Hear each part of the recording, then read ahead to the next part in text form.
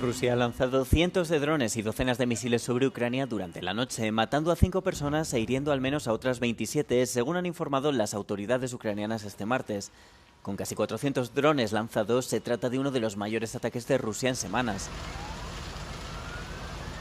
La ofensiva continuó durante la mañana del martes, cuando docenas de drones atacaron la capital, Kiev. Los misiles y drones rusos cayeron tanto sobre zonas residenciales como sobre infraestructuras de transporte y energía, según el gobierno. Los vídeos que se han grabado del ataque muestran edificios residenciales con ventanas destrozadas y fachadas rotas en varias regiones. Al mismo tiempo, el ejército de Moscú ha intensificado sus esfuerzos para romper las defensas de la línea del frente ucraniano, en lo que podría ser el inicio de una ofensiva terrestre de primavera que los analistas y el gobierno de Volodymyr Zelensky ya preveían.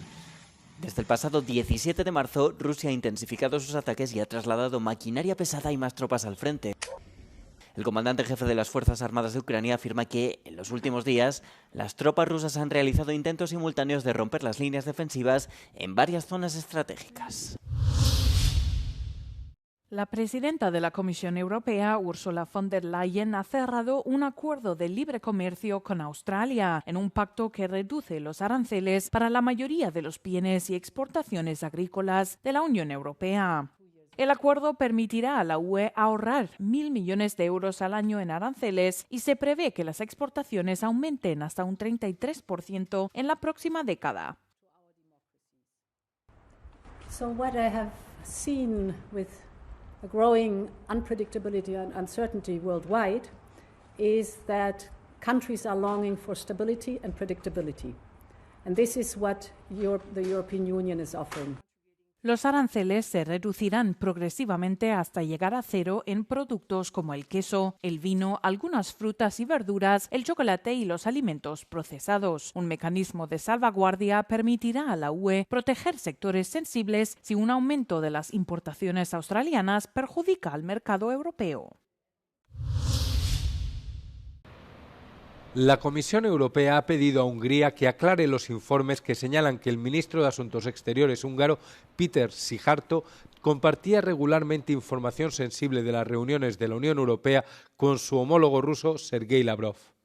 The reports regarding the Hungarian foreign minister allegedly disclosing to his Russian counterpart the closed-door ministerial level discussion in the Council are greatly concerning, and a relationship of trust between member states and between them and the institution is fundamental for the work of the EU, and we expect the Hungarian government to provide clarifications. Según informó en primicia el Washington Post, varios funcionarios de seguridad europeos, tanto en activo como retirados, aseguraron que Szijjártó llama regularmente a Lavrov durante las pausas de las reuniones del Consejo Europeo para informarle directamente de lo que se ha debatido. El gobierno húngaro negó las acusaciones calificándolas de noticias falsas.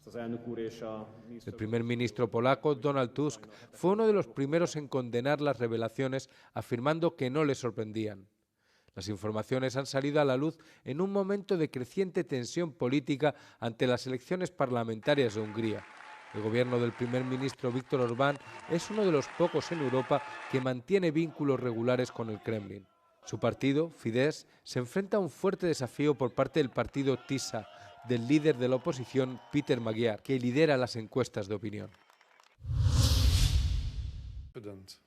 Mientras Bélgica recuerda a las 32 personas asesinadas hace 10 años por miembros del grupo Estado Islámico, en Bruselas, el responsable antiterrorista de la Unión Europea explicó a Euronews que la coordinación entre los países europeos para prevenir nuevos atentados terroristas ha mejorado. We've in Europe, and I should say very much pushed also by the Belgians and the French, who of course were the first affected by these major terrorist attacks.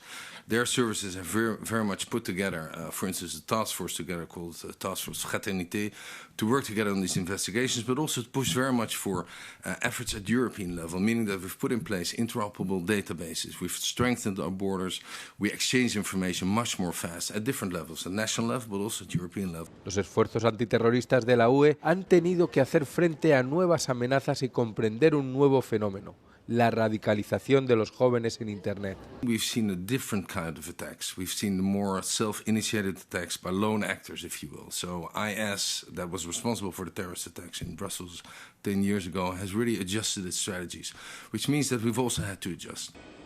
Wachter añade que la guerra en Irán podría aumentar la amenaza de atentados terroristas en Europa. Casi todos los glaciares de Austria han retrocedido en los últimos 2 años, mientras los expertos advierten de que se está produciendo una evolución dramática en los Alpes. El último informe del Club Alpino Austriaco revela que solo 2 de los 96 glaciares del país se han mantenido estables, mientras que algunos han perdido más de 100 metros de longitud. El glaciar más grande de Austria muestra signos visibles de desintegración, tras una tendencia prolongada de reducción significativa de su superficie y volumen. Desde 2015, la vecina Suiza ha visto cómo sus glaciares se reducían en una cuarta parte, con más de 1.000 pequeños glaciares que ya han desaparecido por completo. Las temperaturas récord, incluido un mes de junio con 5 grados por encima de la media, junto con la escasez de nieve, han acelerado el deshielo, lo que, según los expertos, tendrá importantes consecuencias para el suministro de agua potable y la generación de energía.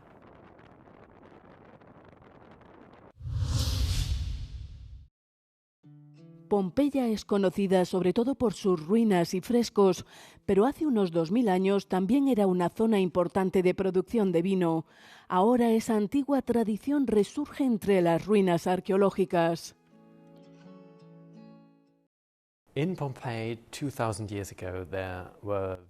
Hace 2000 años había viñedos en Pompeya y hoy en día volvemos a tener viñedos con los que producimos vino.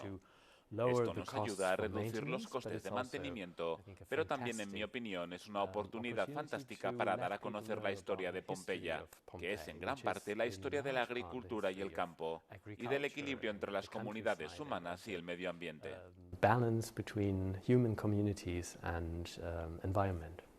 El vino formaba parte de la vida cotidiana en la antigua Pompeya. La ciudad producía tanto vino que se exportaba a España, al norte de África y hasta lo que hoy es Alemania y Reino Unido. Este proyecto, a mitad de camino entre la agricultura y la arqueología, permite producir unas 30.000 botellas de vino al año. Lo que intentamos hacer es poner de relieve la tradición que vincula lo que hacemos hoy, que no es solo el vino en sí, sino también toda la cultura que lo rodea. El estar juntos, cómo se cultiva y el paisaje en el que se hace con la época romana. Todo ello forma parte de una gran tradición y una continuidad que aún perdura. En los frescos bajo la ceniza volcánica, los arqueólogos hallaron indicios de que el vino era parte importante de la antigua sociedad romana.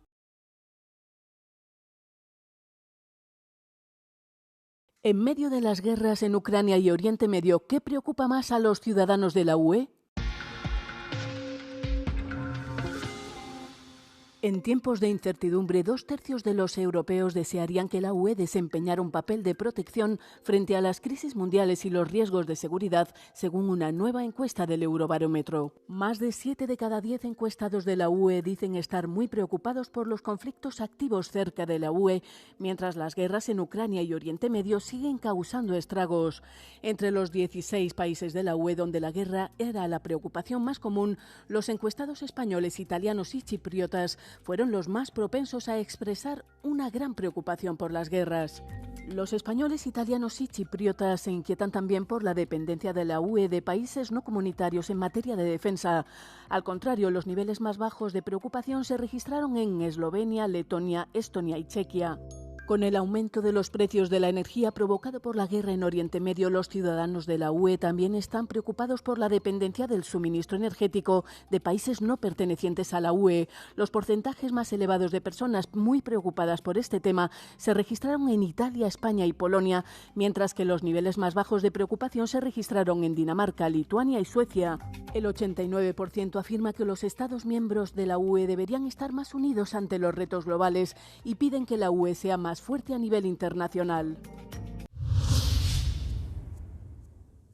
Who are the latest Russian disinformation actors sanctioned by the EU.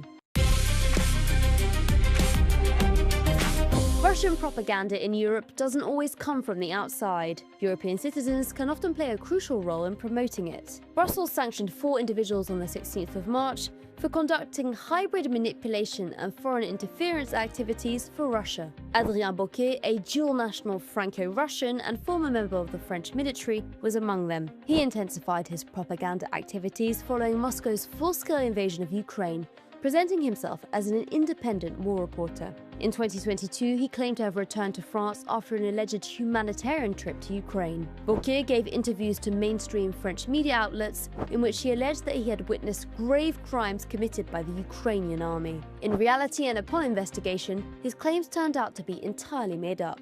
Bocquet is now based in Russia and continues to use his platforms to spread disinformation. Another sanctioned individual was Graham Phillips, a former clerk for the now-defunct UK Central Office of Information. He began his career spreading information about Russia and Ukraine by writing a blog titled Brit in Ukraine. A decade later, he became a pro-Kremlin YouTuber, filming from the front lines of Russian-occupied territories. The London Metropolitan Police is investigating him for war crimes over allegations he mistreated captured prisoner of war Aidan Aslin in an interview. Ernst Macavicius, who was born in Lithuania but has lived in Russia for decades, was also sanctioned. Macavicius has worked for Russian state-owned television since 1991, hosting various programs. Russian national Sergei Alexandrovich was the 4th person to be sanctioned.